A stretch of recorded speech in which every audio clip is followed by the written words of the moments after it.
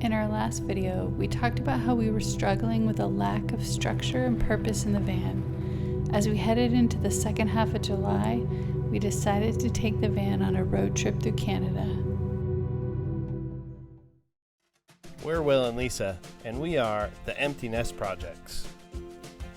In 2021, we bought a van and converted it into a camper van. We loaded up all of our things into storage and spent the next 4.5 months traveling the Western United States.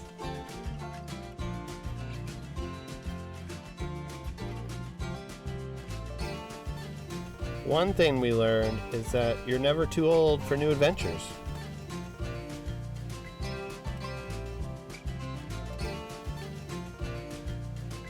If you've been following us recently, you know that we just finished the Camino de Santiago.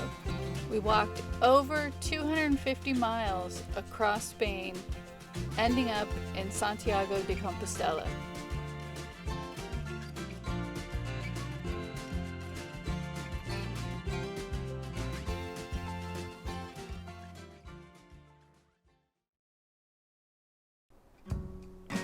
Summer seems like the perfect time for a road trip through Canada. We started out our trip as an 8-day drive through Canada that began by heading east through the northern Cascades and then up into Canada through the Okanagan Valley. Will's cooking mushrooms and onions with a backpacking stove. And a pot that not made for the backpacking stove. Yeah.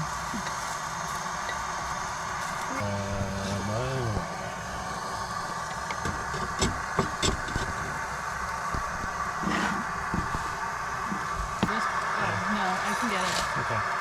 That or, yeah. More water? I'm glad you had that on film. Huh? I went to just point out the water to him and my head hit the stove and I just imagining it tipping over. Starting to fire and pouring scalding hot water on me. Not dangerous at all. I would be disfigured for life.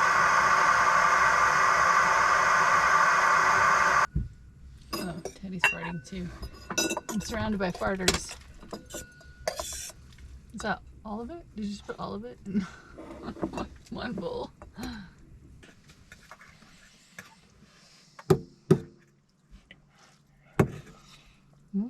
This is good.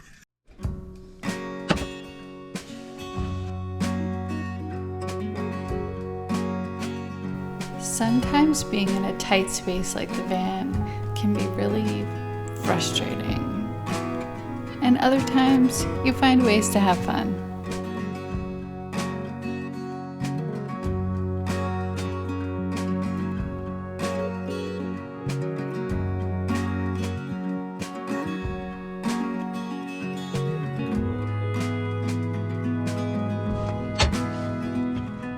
I have 110. What do you have? 50. Guess who's picking the trail we go on tomorrow? That's me. Good morning. Not a bad view, eh?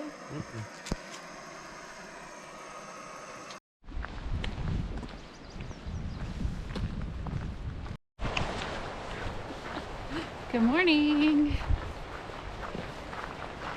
So we're on a road trip to Canada, but before we get there, we are back in the northern Cascades. We came here last year, so we stayed the night here and we're doing a little hike. This time we're gonna hike on the Pacific Crest Trail portion because Teddy's allowed on the Pacific Crest Trail here. A lot of trails here he can't go on.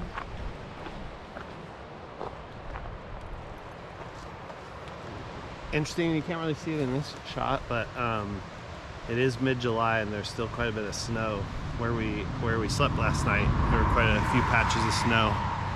You can see the snow behind you. Yeah. But yeah. And the trail we hiked last year out here, we asked someone how their hike was and they said there was a lot of snow and there was a lot of ice on the lake still. So Even though mid-July, it's still pretty cold up here.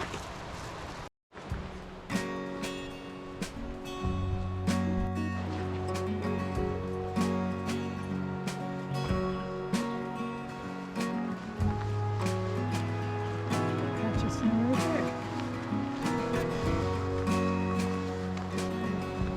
Really brought his bear spray just in case.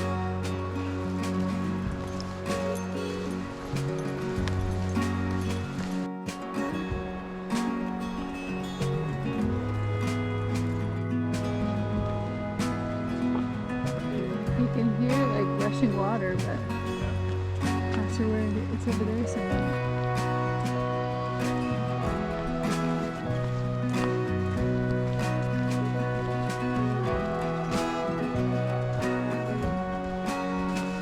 Okay, so like one of the things that I think is, maybe this sounds like cheesy, but neat about this trail is it's kind of cool thinking about how you're walking on the same trail that goes through Crater Lake and the same trail that is, you know, down by Big Bear. I don't know. Like all one long trail. You know how people say things like, oh, we're looking at the same moon, or blah blah, we're looking at the same stars. I don't know, kind of that notion of like you're walking on the same trail that goes, that people are walking on in Yosemite, and it's kind of cool.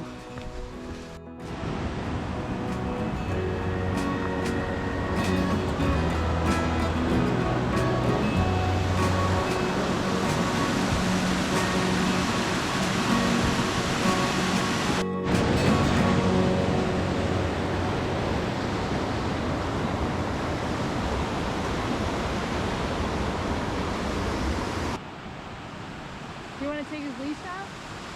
Huh? You want to take his leash off?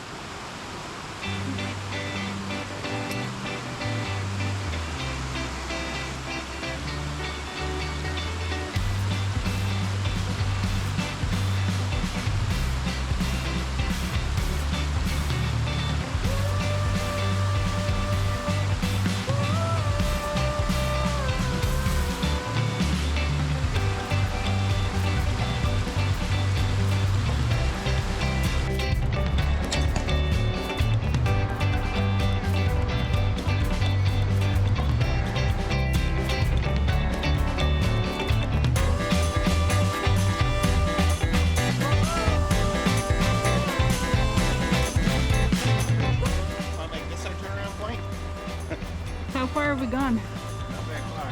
Pretty much. 1.2. I guess we can if you want. It's so warm too, huh?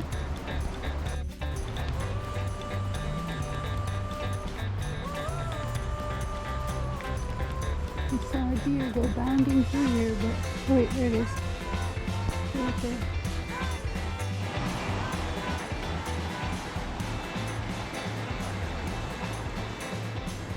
Yeah, Teddy's not gonna go across that. Our dog is not brave enough to cross it a log. I think we could do it, but we will be done with our hike then.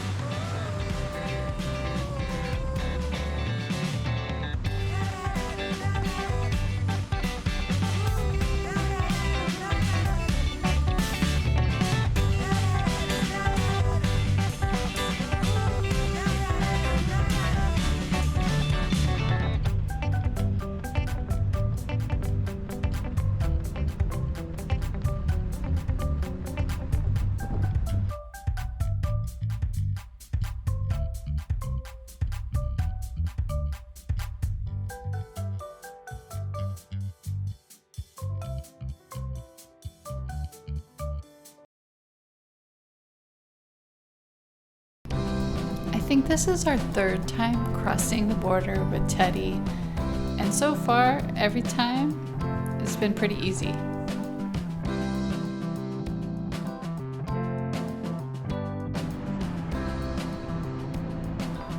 We crossed into Canada at Osoyoos in the Okanagan Valley, which turned out to be pretty different from how we imagined British Columbia.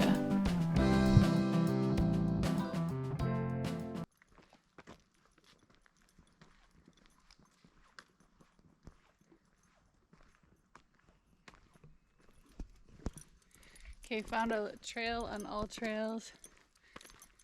We're driving out here and it seemed like, are we even driving to a trail?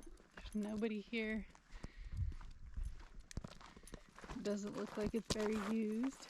But it's a little 2.5 mile trail on this ecological reserve.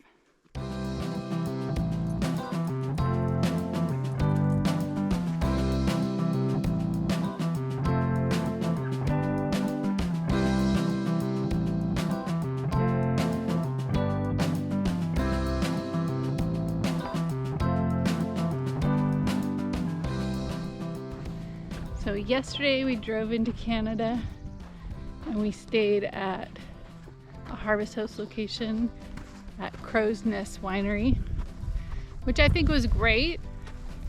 They have a restaurant, a bakery. They had a band playing that was not the best band, but it's been a while since we had live music. You can go right and then it's a loop. Okay, go right, you said? I mean, you can go left and it's a loop. Oh, okay. Wasn't the best band, but it was fun to have live music. They had like a pizza oven. You could order pizzas. This area of Canada is like, I guess when I was reading about it, it said it was Canada's fruit basket. And there's a lot of fruit grown here. We've driven past tons of like apple orchards, peach orchards, a lot of wineries, a lot of vineyards, cherry trees. And it has a very like, I don't know, it reminds me of California. I say that in a lot of videos. Not that a lot of places remind me of California, but I get excited when they remind me of California. it's at your point of reference too. Yeah. I mean, there's a bunch of different plants and things, but obviously in California there's a lot of fruits grown and a lot of orchards. Anyways, we are driving on Highway 3, the Crow's Nest Highway. And we're going to keep going east. So that's the plan for today after this hike. Maybe stop at a Tim Hortons. Maybe stop at a Tim Hortons, get some donuts. Yeah. Will pointed out there's some cacti. Yeah, this might not be what you think of when you think British Columbia. It's drier, less rainfall than that west coast. But it's fun, it's nice, I like it. It was pretty hot yesterday.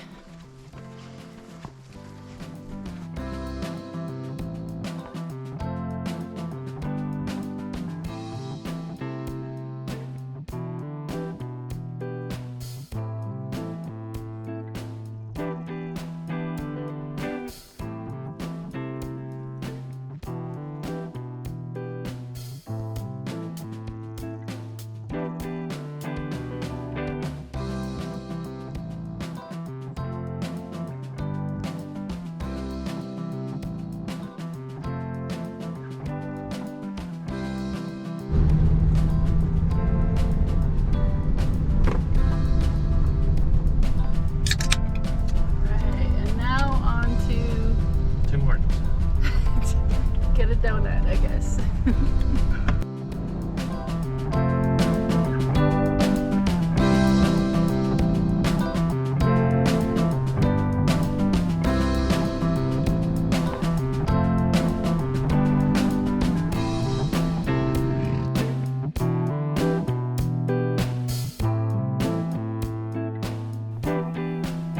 It turns out that Canada can get quite hot.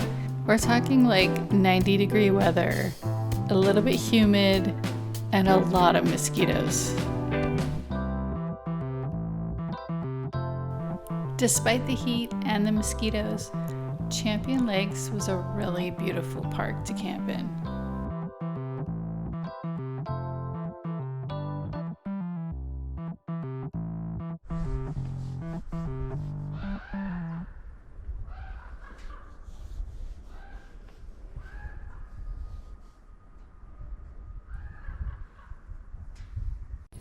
Okay, I'll say one thing. Canada's mosquitoes are fierce. There's been so many. Ever since we got here, mosquitoes have been everywhere. They're torturing me. Got the bug nets up.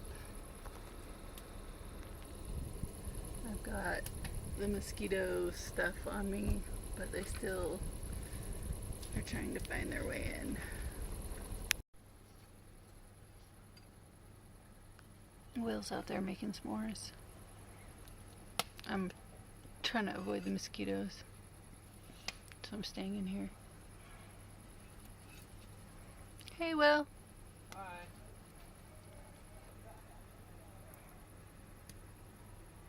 Are they good? Yeah, you want a gourmet s'more? Yeah. Sure. Okay, the chocolate's broken up a little bit, so you gotta be careful. It's gonna fall apart as you eat it. But Yeah. it is pretty awesome. And my protected little screen here. Hi, Teddy. My gourmet s'mores. What makes it gourmet? It's made with fine dark chocolate. Yeah, it's good. It's an artisanal s'more. Handcrafted. Okay.